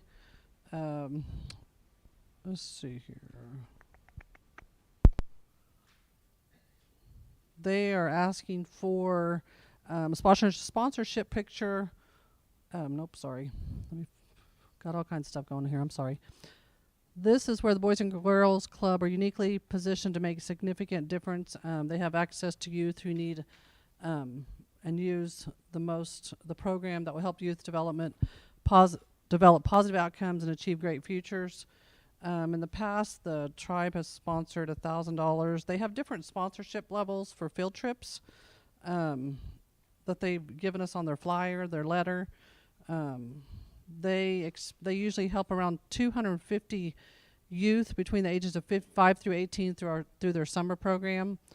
They also, during this program, they receive breakfast, lunch, and afternoon snack daily and go on to numerous field trips throughout the region. Families in the program pay just $100 per child for an 8-week, 10-hour day program.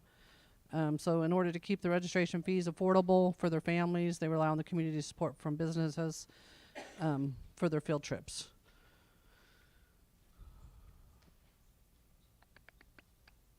I don't know exactly how many Native youth, but I'm sure there are many in this program. So I would like to make a donation request of the 1,000 that we have sponsored in the past.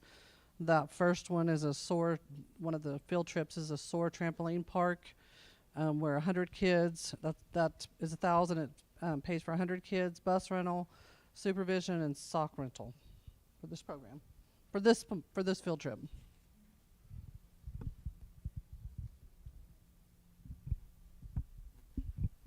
Okay, we've got a motion by Member Newton to donate $1,000 to the Boys and Girls Club of Ottawa County. Do we have a second? Seconded by Member Mercer. Do we have any discussion? With no further discussion, we'll call for the question. All those in favor say aye. Aye. All those opposed? Any abstentions? Motion carries.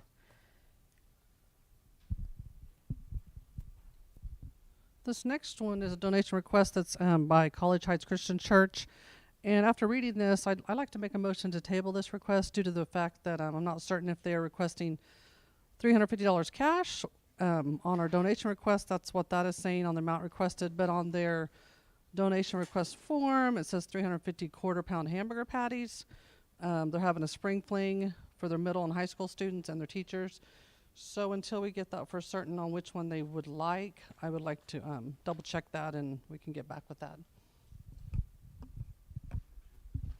Okay, so we have a motion to table donation request for the College Heights Christian School. Do we have a second? Seconded by Secretary Supernall. Any discussion? I'm going to go ahead and call for the question. All those in favor say aye. Aye. All those opposed? Any abstentions? That donation request has been tabled. The next one is donation request form is for Commerce Days from the City of Commerce. It's their 12th annual Commerce Days, June 7th through June 10th. Commerce High School. There's going to be live music, vendors, and carnival by Great Plains Amusements. On Saturday, June 10th, Cecil Bench Memorial Kids events will be held in Charles Sills Park. They also welcome Quapaw Nation to set up booths to showcase what the nation has to offer. They'll have a carnival set up between the football and baseball fields supplied by Great Plains Amusement. Sounds like a big event, and they are requesting a $500 for sponsorship or any amount will help.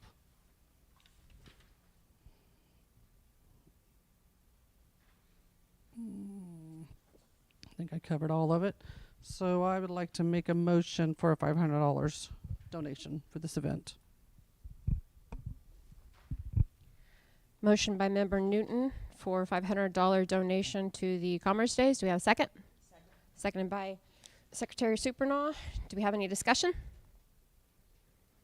No discussion. I'll call for the question. All those in favor say aye. Aye. All those opposed? Any abstentions? Motion passes.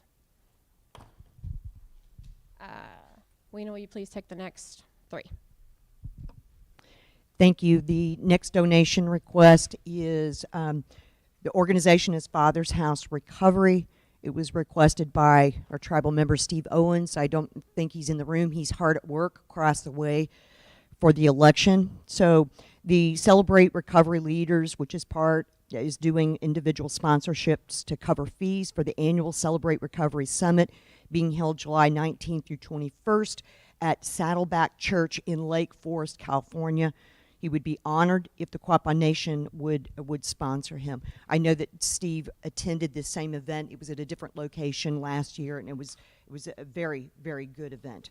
I would like a motion. He's requesting $1,000, and I would like to make a motion to approve at $1,000. Motion made by Secretary Weena to approve a $1,000 donation for a sponsorship. Do I have a second? Second. Seconded by Member Mercer. Do we have any discussion? With no discussion, we'll go ahead and call for the question. All those in favor say aye. All those opposed? Any abstention? Motion passes. This next donation request is Miami Youth Baseball. It's a city community league. They're trying to supply their team with hats, socks, and uniforms for 10 children, and invoices attached that totals the sum of the request, which is $299.20. They would be recognizing the Quapaw Nation with a team picture to our youth baseball page, expressing gratitude and sending the nation a card to also show their appreciation. I would like to make a motion to approve for $299.20. Motion made by Secretary Supernaw for Miami Youth Baseball donation, seconded by Member Newton. Do we have any other discussion? With no discussion, I'll call for the question. All those in favor say aye. All those opposed? Any abstention? Motion carries. The next one is a request by Jana McCormick, also Hard at Work Next Door, for NEO homeschool parents. The funds will go toward 50 homeschool students to allow them to attend a prom being held on April 29th, 2023. And the Quapaw Nation would be recognized in the program, the prom program. The request is for $500.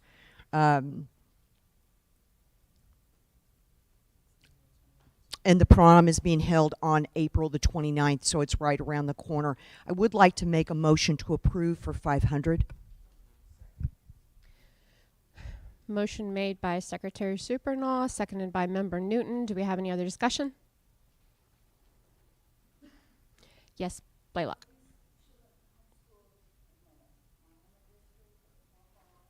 Well, it says NEO, so I would northeastern Oklahoma.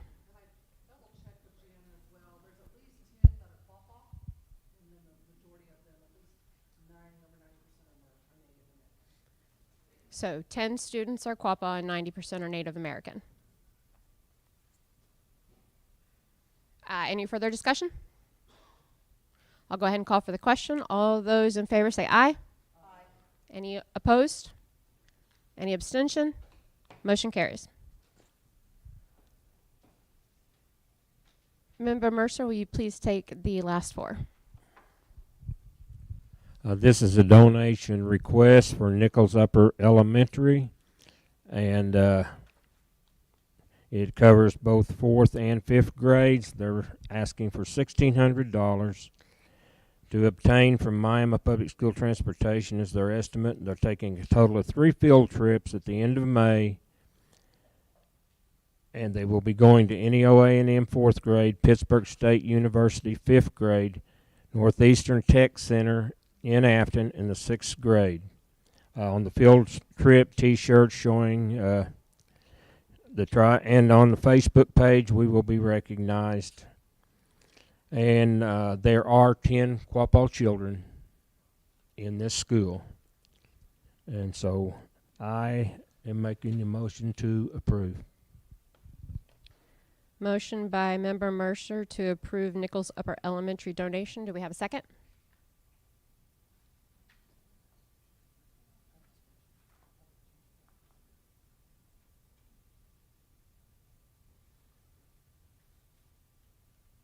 Do you want to second it and then make a discussion? Seconded by Member Newton, and now we're going to go into discussion. I would like to amend that to the donation to be $500 instead of $1,600.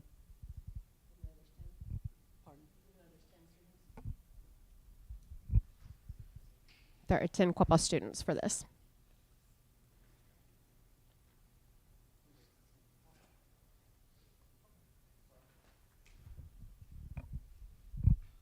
I'll rescind that amendment. Okay, so we have a motion by Member Mercer to donate $1,600 to Nichols Elementary School. We have a seconded by Member Newton. Any further discussion? With no further discussion, I'll call for the question. All those in favor say aye. Those opposed? Any abstention? Motion carries.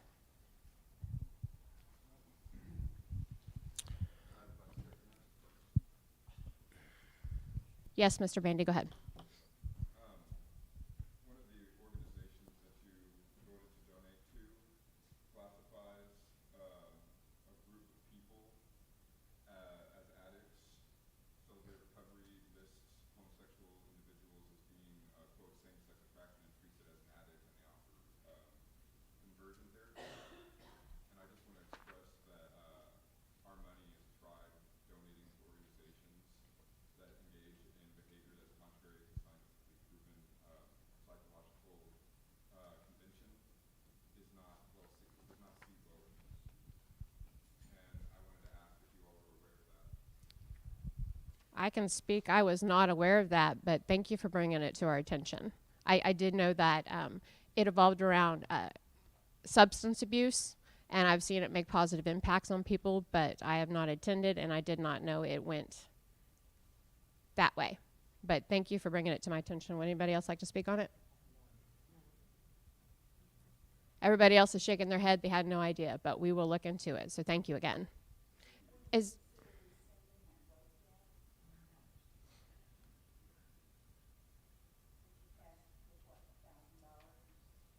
To sponsor a tribal member to go on a trip. Trips that we have done the same for other tribal members, yes. It's not the actual organization, it's for him to go. It's a sponsorship.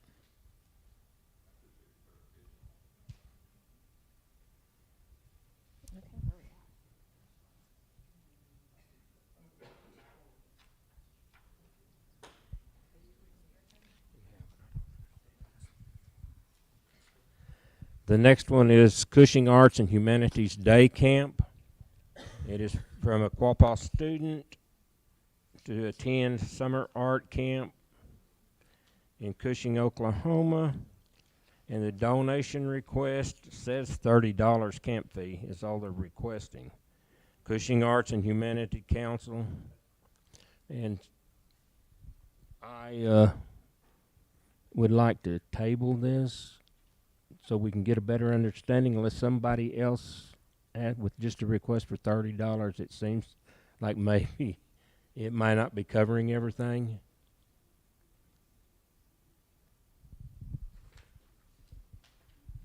So we have a motion by Member Mercer to table the Cushing Arts and Humanities donation until we can get further clarification on what the request is. Do we have a second on that? Seconded by Secretary Supernaw. Any discussion? We'll go ahead and call for the vote. All those in favor say aye. All those opposed? Any abstentions? That donation request has been tabled.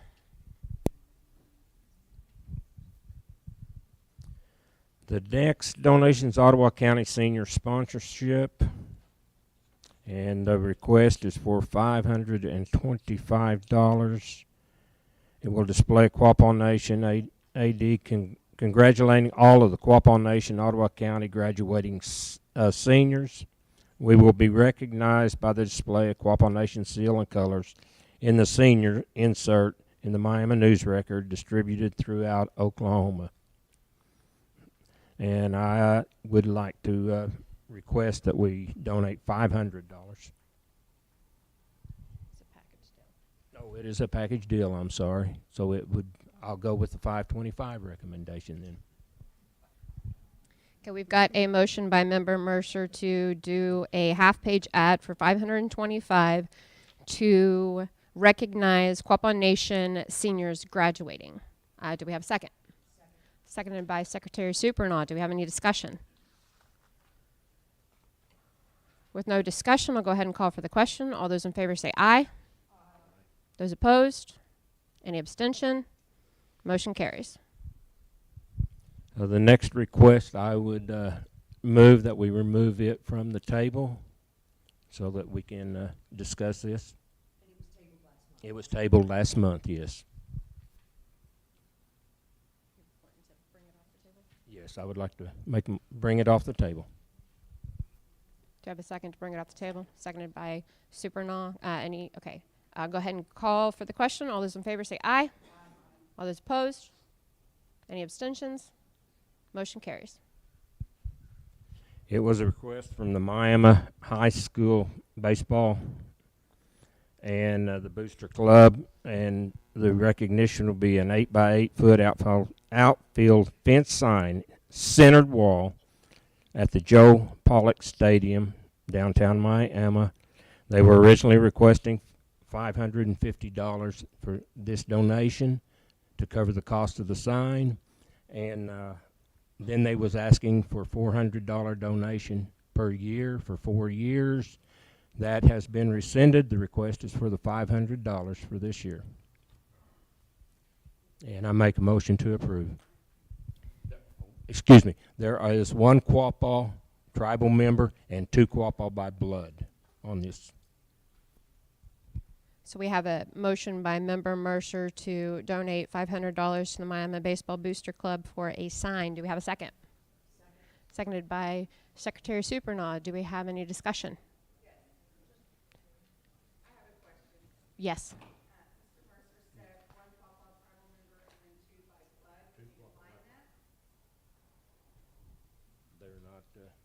They're not enrolled Quapaw members. Yes, yes. They're a Quapaw QB is what it is. Nope, you're good. Any further discussion? Go ahead and call for the question. All those in favor say aye. Aye. All those opposed? Any abstention? Motion carries.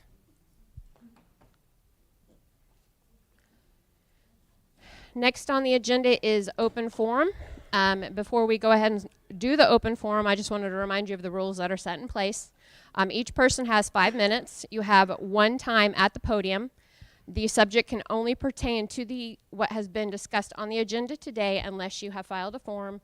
We've only had 1 person file a form for this meeting, and that is Miss Amy. So you are up.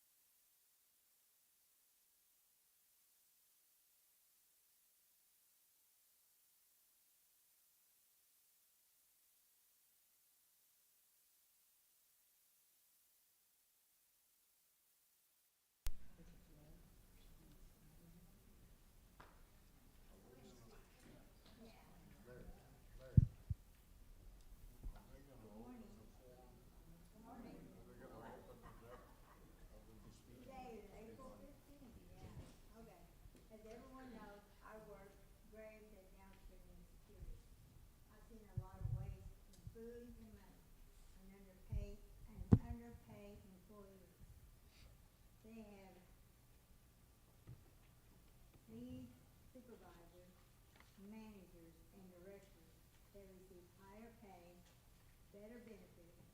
They do nothing but sit on their hands and give orders they know nothing about.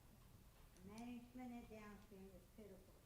Employees lack praise for their hard work.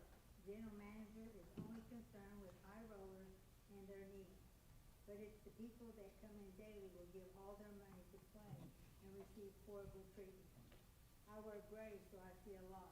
Wild Bill, who is head of security, has me to stand in post 3 because I couldn't do chip bills and table draw.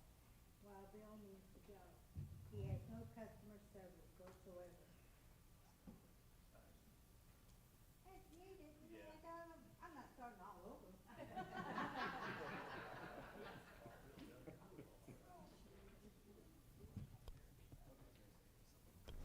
The microphones are dying, just so everybody knows.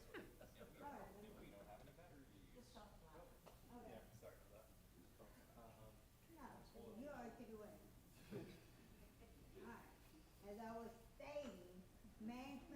downstream was pitiful. Employees lacked praise for their hard work. The general manager is only concerned with high rollers and their needs, but it's the people that come in daily will give all their money to play and receive horrible treatment. I work great, so I see a lot. While Bill is head of security, has me to stand post 3 because I couldn't do chip fields and table draw. While Bill needs to go. He had no customer service whatsoever. He wanted me to go to another department, but I flat out said no. Frankly, I could do better than the security they had. I don't agree with their rules, but I stayed to show people how to do things right. Customers are always begging for restaurants to stay open so they can continue to eat and play. Downstream has a lot of people come in, elderly especially. However, I do have one other post. It's post 1, and I stand for an hour between 3 and 4 a.m. I welcome all people in. Some even say it's nice to be welcomed. Some of our security officers won't say anything to customers. Downstream could really grow with the right management. We do have good employees. They are frustrated.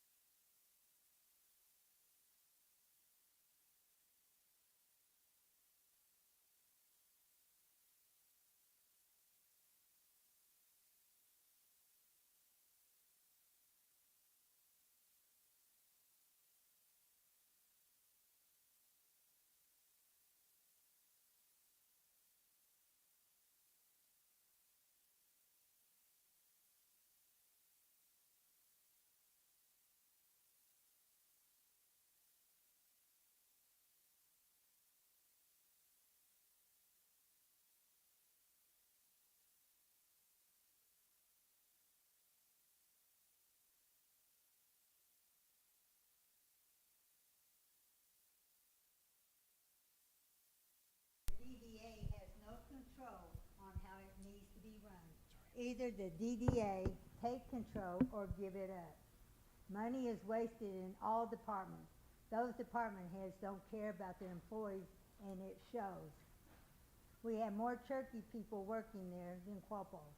Those Quapaws are in management departments and act like they are better than us who work long, hard hours. We care, but they don't, HR being one of them. I have nothing against Cherokee people. They do like their job at Downstream. I talk to a lot of them.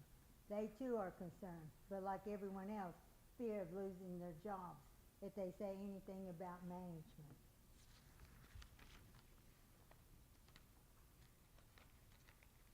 I hate papers. We have a security officer that has a background in law enforcement and narcotics, and she's not utilized in her field. She has her own canine. She trains for narcotics. She would maintain the care of her own canine without Downstream people being involved. With respect, she has worked with the DEA and U.S. Customs, but Security Department only use her for TRUs and or 1016 lost and found items or picking up tickets from machines. About 2 weeks ago, we had 3 overdoses out in the parking lot. Supervisors and leads and marshals were sent out, and no one had any idea on narcotics. Couldn't do a search because they thought they had no real probable cause.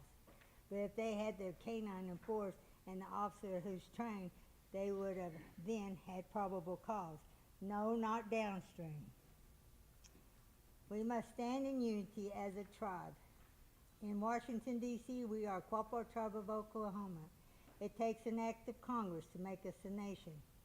Even though we voted we're still under federal guidelines we can be called Quapaw Nation, just as well as the Cherokee Nation and Choctaw Nation. We all have fallen. We're not superstars. We even may have done wrong to ourselves and to each other. We are still here.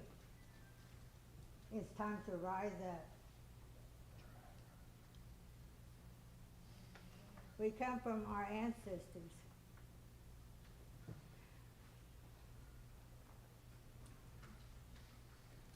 Who struggled far greater than we, yet they lived in harmony together. They often had meetings at the Longhouse, but they talked through it. Those were our indigenous people, or we come from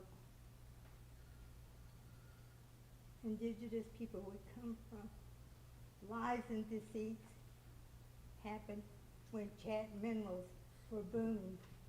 Yet we argue, fight, thinking one is stealing, telling lies on one another, although some may be the truth. But we're not gods. We should be strong in this year 2023. Hope, integrity, endurance, yet we lack all. Rise up, O-Guah-Pah people. Let us stand.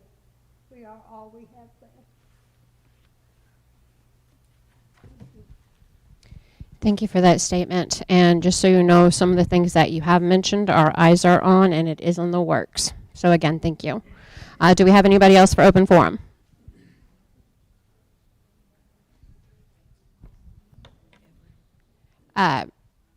We have Everett Bandy first.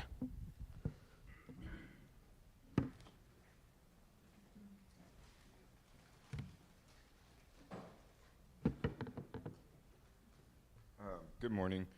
My name is Everett Bandy. I'm the director of the Historic Preservation Office. And WENA last month during the business committee meeting was able to summarize a conference that we had. And just very briefly, I wanted to mention that it was a conference that brought together federal agencies, primarily U.S. Forest Service from across the nation, and tribal representatives to discuss the consultation relationship that exists between tribal nations and federal agencies. We had a really wonderful conference. There was over 270 people in attendance. And the United States Forest Service, I'm not going to go into much more detail than that unless anyone has a question, because WENA already provided a summary last month. But I just wanted to refresh folks who may not remember.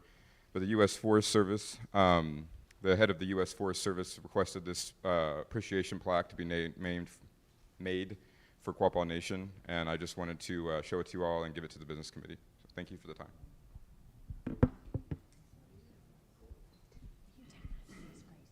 Yes. Thank you.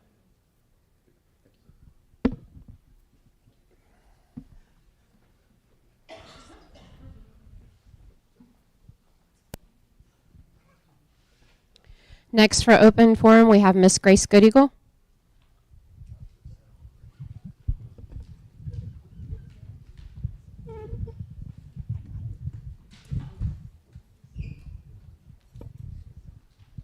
Hooray. Grace Goodeagle is my name. And I'm wearing my Quapaw Strong t-shirt. This was part of the fundraiser when the tornado went through Quapaw not long ago. Our elders have been praying for us all the time to Intate, because we need Intate now. We have a chance today to vote, to have someone added to the business committee, and we have more votes coming up. But I was raised by my grandparents. They taught me many things. Two of them I would like to share with you now, present day and future. One of the things that was taught to me, and I follow, you do not bring attention to yourselves, to others. No, don't bring attention to yourselves. The other thing, when we are asked to serve, we serve, but we do not have personal gain along with that. And that is crucial at this point now. So again, we're at a important part of our lives now with the O-gah-pah. And Tate is with us. And we pray that he will continue to be with us, and I know he will. But it's the sort of thing with changes going on, many changes going on. Please try to keep in mind it's for the people. And so often we are not included.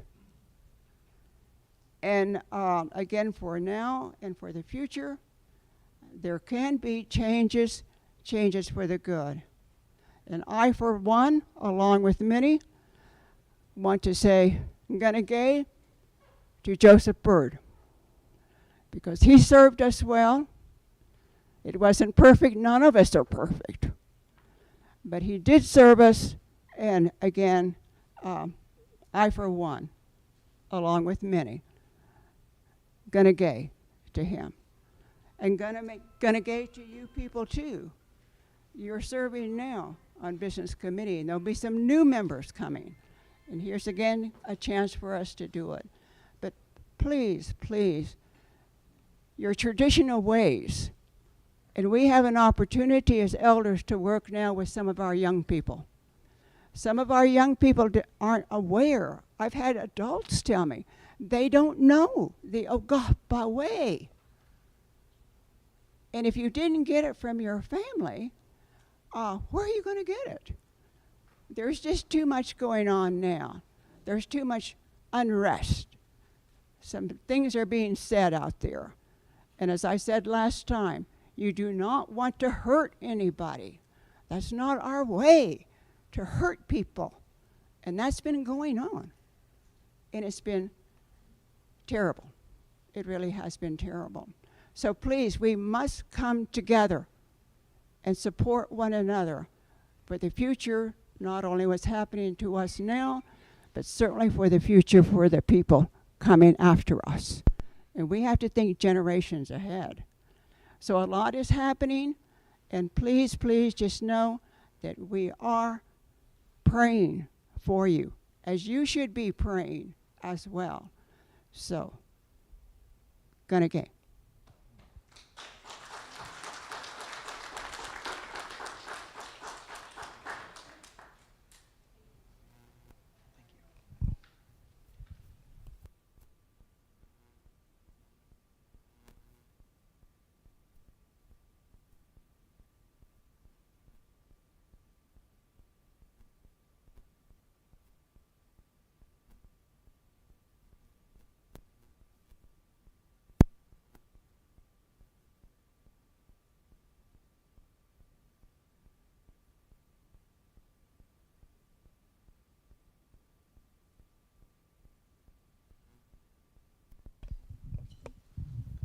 Kelly, is there,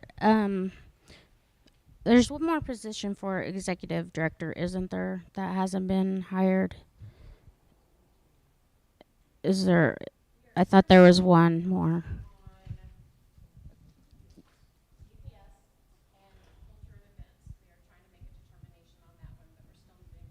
Okay, I hadn't heard anything, so I was just wondering if the position was open at all, or they've been open and then closed.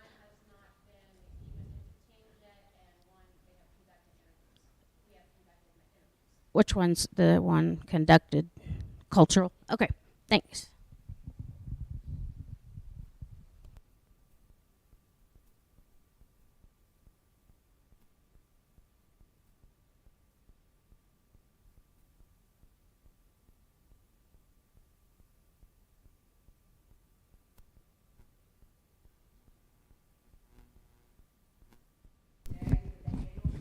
Memorial dinner. It's scheduled for May the 20th. The cedar smoking's at 11:30. Dinner is at noon. The location is yet to be determined because of everything we've already talked about. We'll have the dinner at Community Building, and if it's not available, then it'll likely move to this particular room on May the 20th. A flyer will be available soon.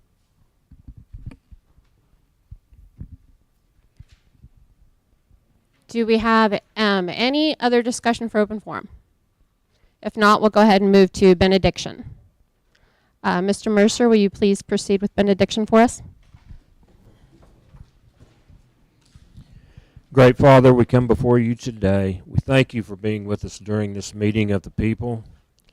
We ask that you look over us, that you look upon and heal those that are sick, those that are in need, the homeless. We ask your blessings upon us. We ask that you help us heal our hearts.